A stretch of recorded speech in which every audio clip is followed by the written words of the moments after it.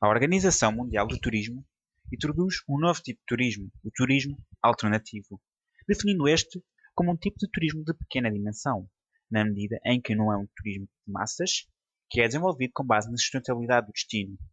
O que se pretende com este é resgatar a cultura, as práticas locais, entre outros, em zonas menos conhecidas, que levem não só ao desenvolvimento local de uma forma sustentável, mas que também consigam envolver as populações locais. Para esta prática, propomos um novo tipo de turismo, o turismo de vida, pois este poderá ter capacidade para se inserir numa nova dinâmica de turismo alternativo, na medida em que se procura visitar sítios em que pessoas famosas viviam, antes de serem famosos, até à sua morte. Locais esses que passam muitas vezes despercebidos à maioria dos turistas. Este tipo de turismo viaja em torno da vida das personalidades mais famosas e mais mediáticas, ou seja, o turista desloca-se aos locais onde passou a personalidade, desde o seu nascimento até ao seu local de descanso, tornando-se uma biografia viva em que o turista consegue ter uma experiência única e autêntica. Este também se torna alternativo na medida em que é um turismo para pequenos grupos e que tem a capacidade de envolver as populações locais e fazer com que exista uma apropriação simbólica.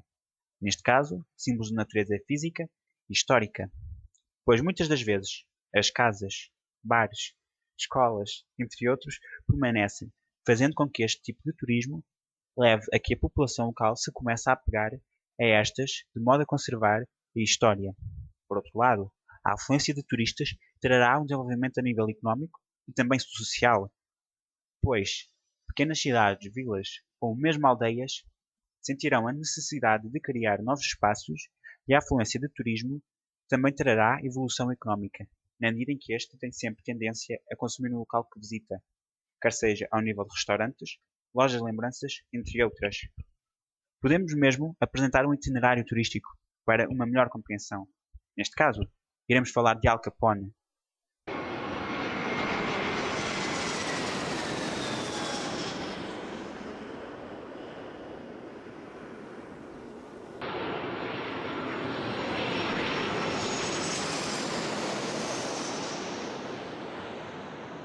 Al Capone nasceu a 17 de janeiro de 1899 em Brooklyn, na cidade de Nova York, com o nome de Alphonsus Gabriel Capone. A sua primeira residência foi em 95 Navy Street, em Navy Yard, Brooklyn. Atualmente a casa já não existe. A sua infância foi passada num dos bairros mais difíceis de Nova York, o que pode explicar a sua índole mais violenta. Já durante a sua infância, mostrou sinais de ser dominador. Por volta dos 10 anos de idade, a sua família mudou-se para a 38 Garfield Place, em Park Slope, Brooklyn, um bairro melhor que o anterior. Aos seus 14 anos, quando andava na escola pública número 113 em Brooklyn, teve uma briga com a professora durante uma aula. Após a repreensão, nunca mais pôs os pés na escola. O seu primeiro gangue foram os 5 Perdigueiros. Tinham sede em Sixth Ward. Os seus locais de ação incluíam toda a zona envolvente Orange Street, atualmente Baxter Street, e Cross Street, atualmente Moscow Street, criando um género de um triângulo com 5 pontos conhecido como Paradise Park. O seu emprego mais sério, e que o levou a enverdar pelos caminhos dos gangues e do submundo, foi quando conheceu Frankie Yale.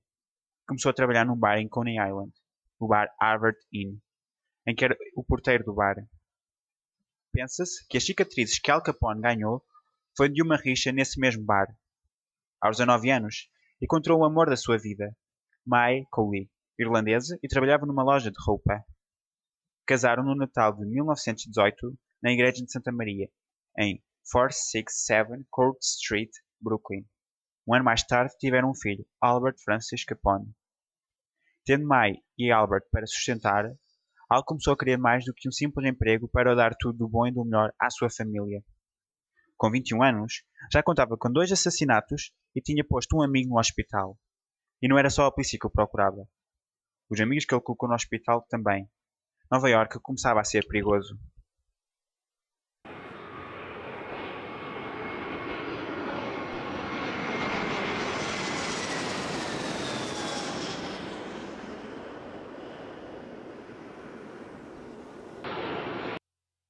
Por sorte, Capone recebeu um convite para ir para Chicago.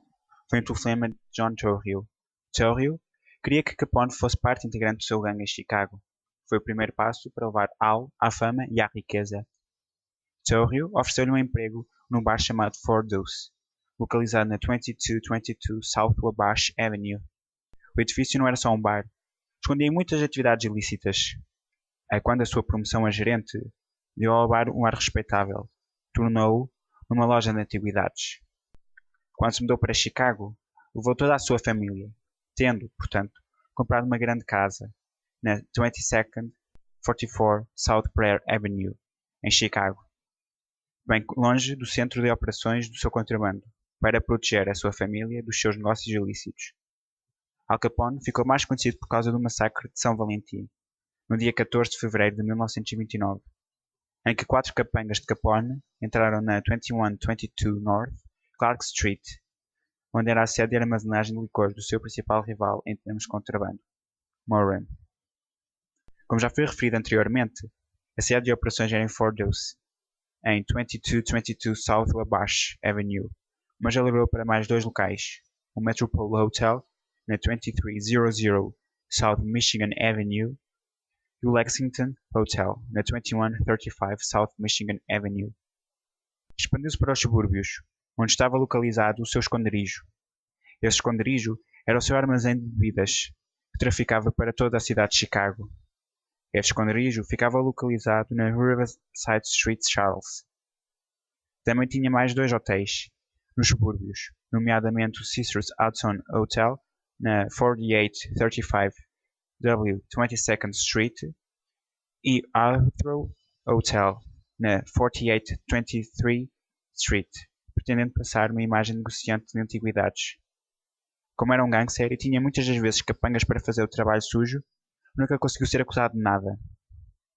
A crença popular nos anos 20 e 30 era que atividades ilegais não eram taxáveis.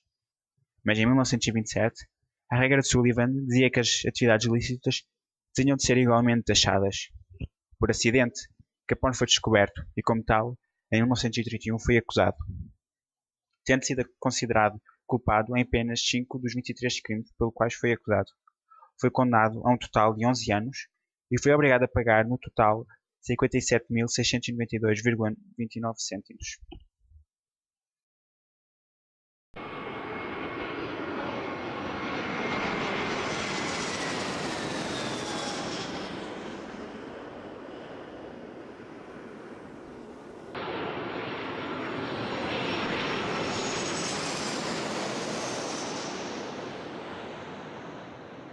Em maio de 1932, Capone foi mandado para a United States Penitentiary, Atlanta, situada na 601 McThon Boulevard.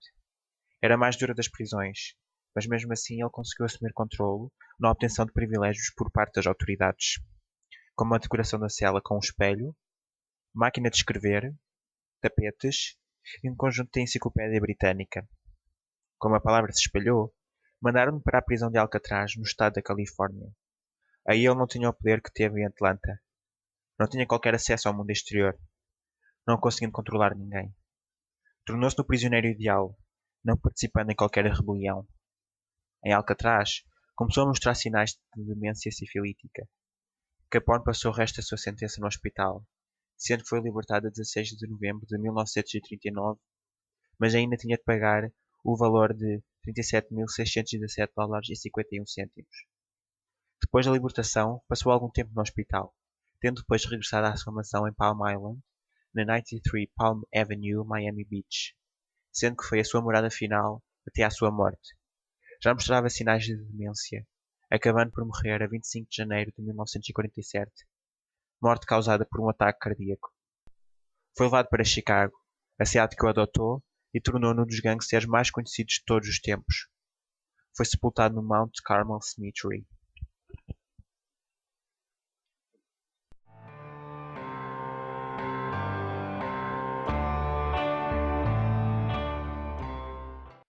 Como podemos ver, Al Capone foi um gangster norte-americano de origem italiana, ficando conhecido como Scarface, que em bom português significa cara de cicatriz.